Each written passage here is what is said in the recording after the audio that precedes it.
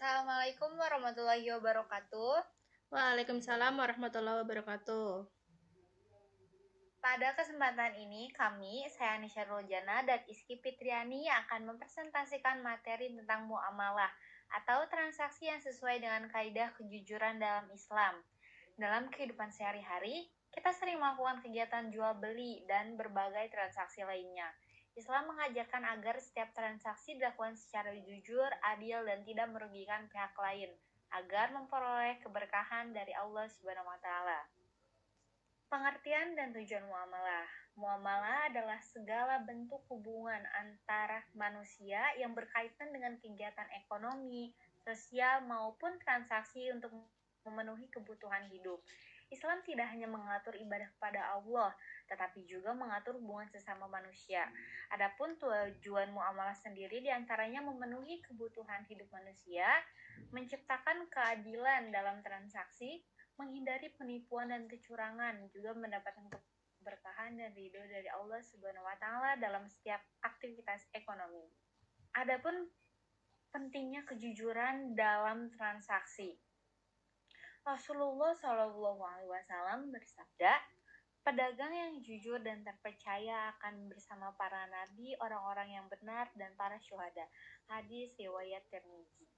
Adapun manfaat kejujuran dalam transaksi adalah yang pertama meningkatkan kepercayaan pelanggan, yang kedua mengurangi perselisihan antara penjual dan pembeli, yang ketiga keuntungan yang diperoleh menjadi halal dan usaha menjadi lebih berkah dan bertahan lama.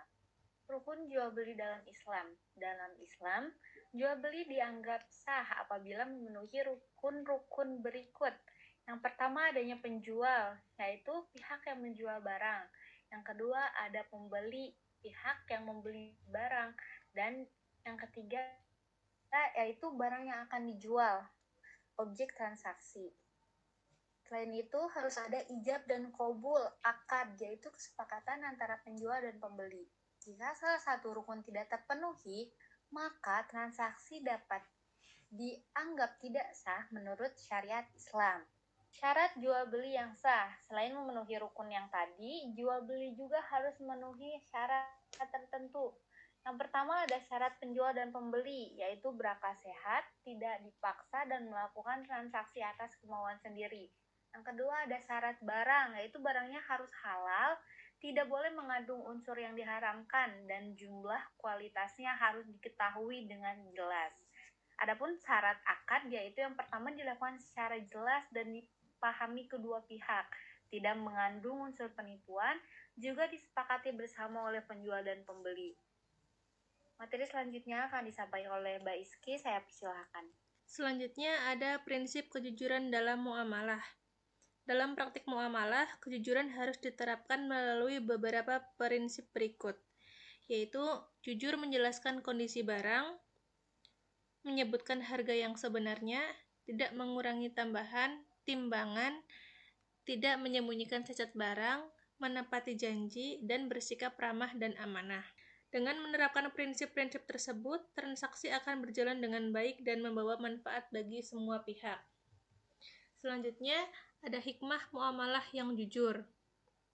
Muamalah yang dilakukan dengan jujur memiliki banyak hikmah dan manfaat, di antaranya yaitu mendapat ridho Allah Subhanahu wa Ta'ala, menumbuhkan rasa percaya antara penjual dan pembeli, mempererat hubungan sosial di masyarakat, menghindari konflik dan perselisihan, menciptakan sistem ekonomi yang sehat dan adil, serta mendatangkan keberkahan rezeki dalam kehidupan.